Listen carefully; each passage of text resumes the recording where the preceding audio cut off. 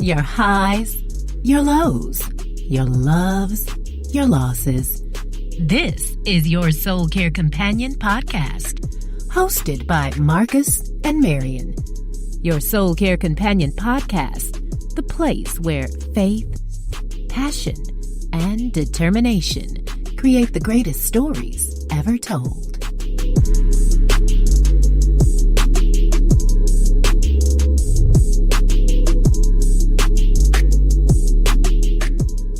Good day and welcome to Your Soul Care Companion. I am Marion and we have Marcus with us. Hello. And we are your spiritual companions, your soul care companions, rather. And today, as a part of our I Am series, we have a very special guest with us, Jameelah Saleem. Say hi, Jameelah. Hey, everybody. Thank you so much for joining us. Glad to be here. Jameelah is a wonderful example of a strong, educated Black woman, and ever since the moment that she first came into my life, I sensed an energy about her that just displayed resilience and a tenacity to press through any and every situation of life. In learning more about her, her dedication to her family, her daughter, Amani, and It's smile real big because it's Amani. Amani. Sorry. I'll tell you what, Okay. Jameelah, tell us more about yourself. Well, like you said, I'm Jameelah Saleem, a native of Atlanta, and it's true that I'm very dedicated to my family and my daughter, Amani. She's one of the greatest gifts that I've ever gotten in my life. I am committed to people. I love relationships. I love cultivating those relationships, and I truly believe that people are your greatest resource. I enjoy jazz music. I love a spa day, but I also like getting out and rallying for the people. I'm always fighting for the underdog. And I come from a very close-knit, tight-knit family, so that's why relationships are so important to me, because I saw that modeled in front of me all of my life. Mm-hmm. So that's who I am. Okay. Well, your name is Jameelah Saleem. That's Muslim, right? Yes, it is. It's an Arabic name. Okay, so are you Muslim? I grew up Muslim. My parents divorced in 1989. So from the time I was born until they divorced, we did practice Islam. But I do consider myself still now sort of like a Christlim, Christian Muslim kind of put together. Because I can never forget the foundation that my father laid for us. Mm-hmm. Okay. I'll tell you what, tell us about that, because most people today can't really be comfortable with being a Muslim and a Christian. Because, in our society, if you're not Christian, you're going to hell. If you're not Muslim, you're going to terrorist or something. Exactly. Yeah. So help us with that. Yeah. It is what people have to do is open their minds and get to know other religions. Because one of the things that Muslim means is it means that you're submitted to Allah. Mm-hmm. And all Allah means in Arabic is God. Mm-hmm. But people get so stuck on the name Allah and they try to do comparisons with Jesus.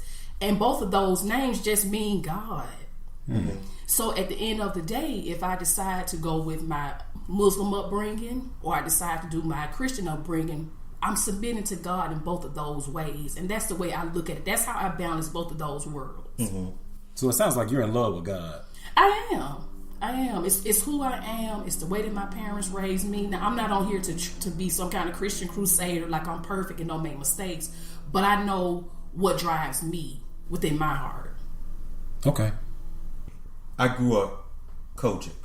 Mm-hmm. So did I. And that's Church of God in Christ. So did I. And, listening to songs, let's say not Buddha, not Allah, mm-hmm. not Krishna, but, Jesus. And as I began to mm-hmm. get older, I did learn Allah is just saying God in another language. It's not the name of a God. Mm-hmm. It's just God mm-hmm. translated, just like in, Hebrew, it's, Yahweh. That's right. So, to a lot of people who come from a very strong and firm Christian foundation, that is very problematic. Yeah. But I completely get it, because I definitely align with that. Mm-hmm. Now, with that being true, you have both of these traditions going on. Tell us where your life was around the time of Amani. I think at the time when Amani was born, I was somewhat disconnected from both of them. So my mind was kind of on what I'm doing now, having a good time, hanging out, doing this and doing that. So I was kind of disconnected. But one thing about once you got a spiritual foundation, whether it's Muslim or Christian, you never forget what you've been taught. So I still knew God. I still was cognizant of God, but I wasn't deeply connected like that at that particular time. Interesting. So how did your faith, or let me say your faith groups, your church, the mosque, how did it receive you being pregnant? Believe it or not, when I got pregnant with Amani, I did not tell my dad until I was about 7 months in. And I thought that... Wait, real quick. I'm sorry. You didn't tell your dad until 7 months in? I was 7 months pregnant when my dad found out that I was pregnant. And he found out from my mother.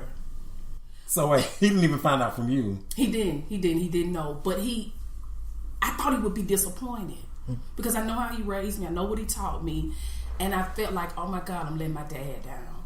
So when we talked, he said, Jameelah, that's one of the most natural things in the world. He said, having a baby is not the end of the world. He said, it's natural. It comes with the territory. If you're sexually active, that's a possibility.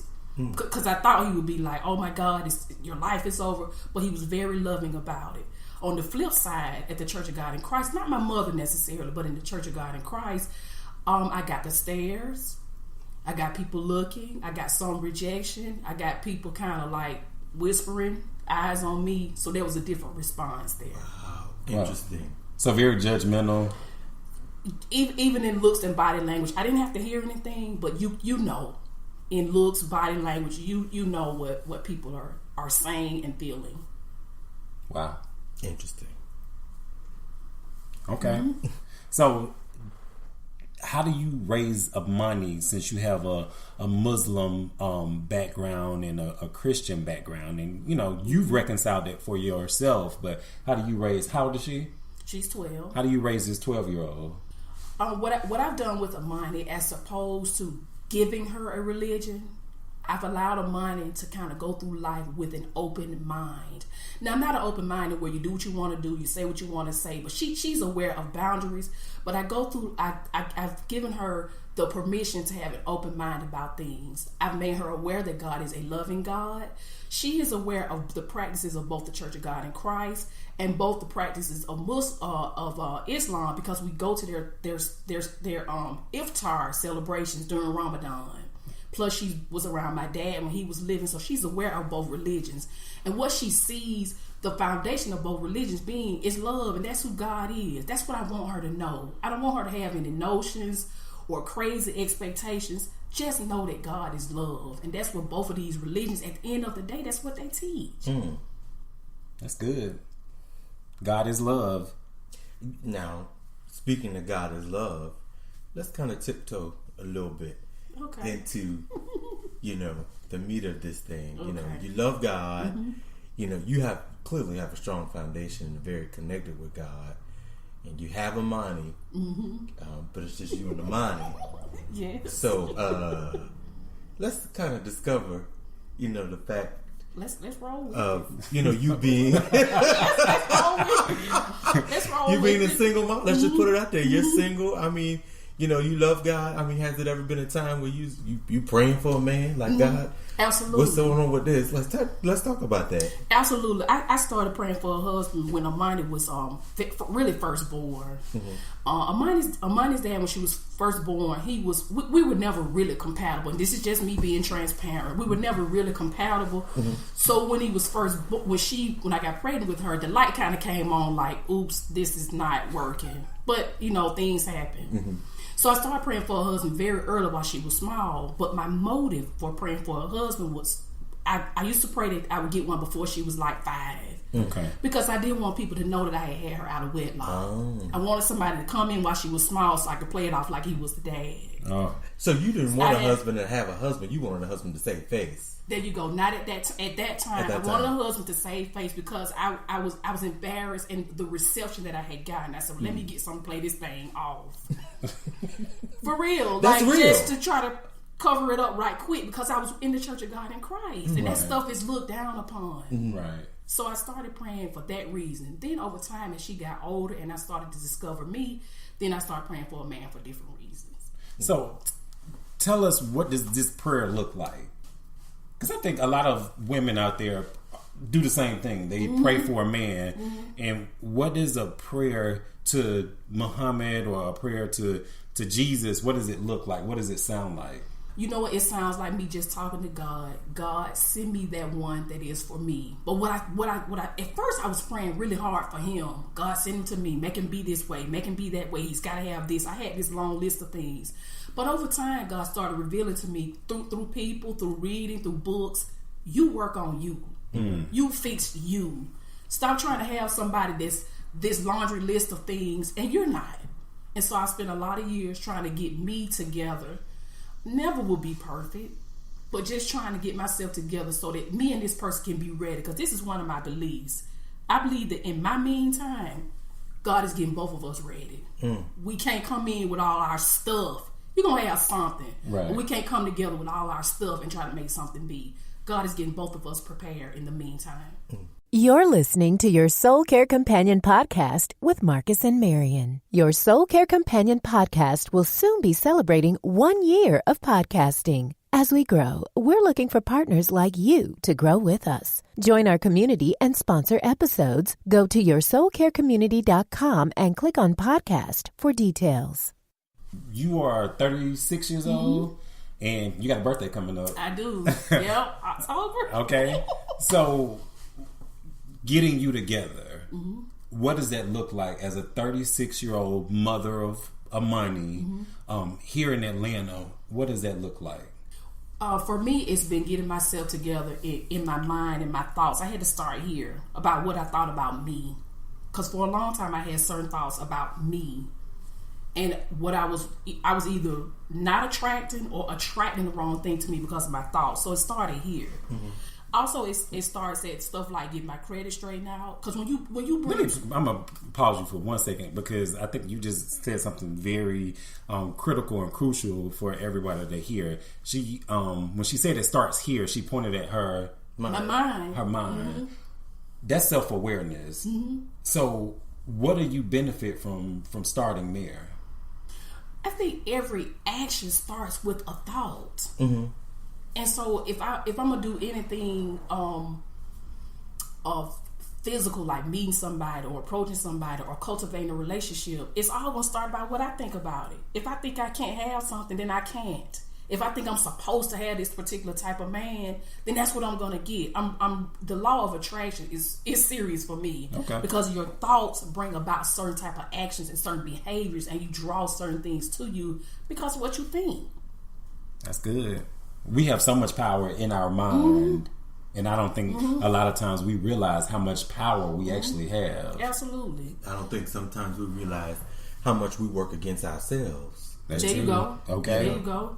You know, when we think thoughts, you know, one thing at an experience that we just recently had, you know, someone said, I understand now why I am where I am because I've been contradicting myself. There you go. You know, what I say I want and then what I think are two completely different things.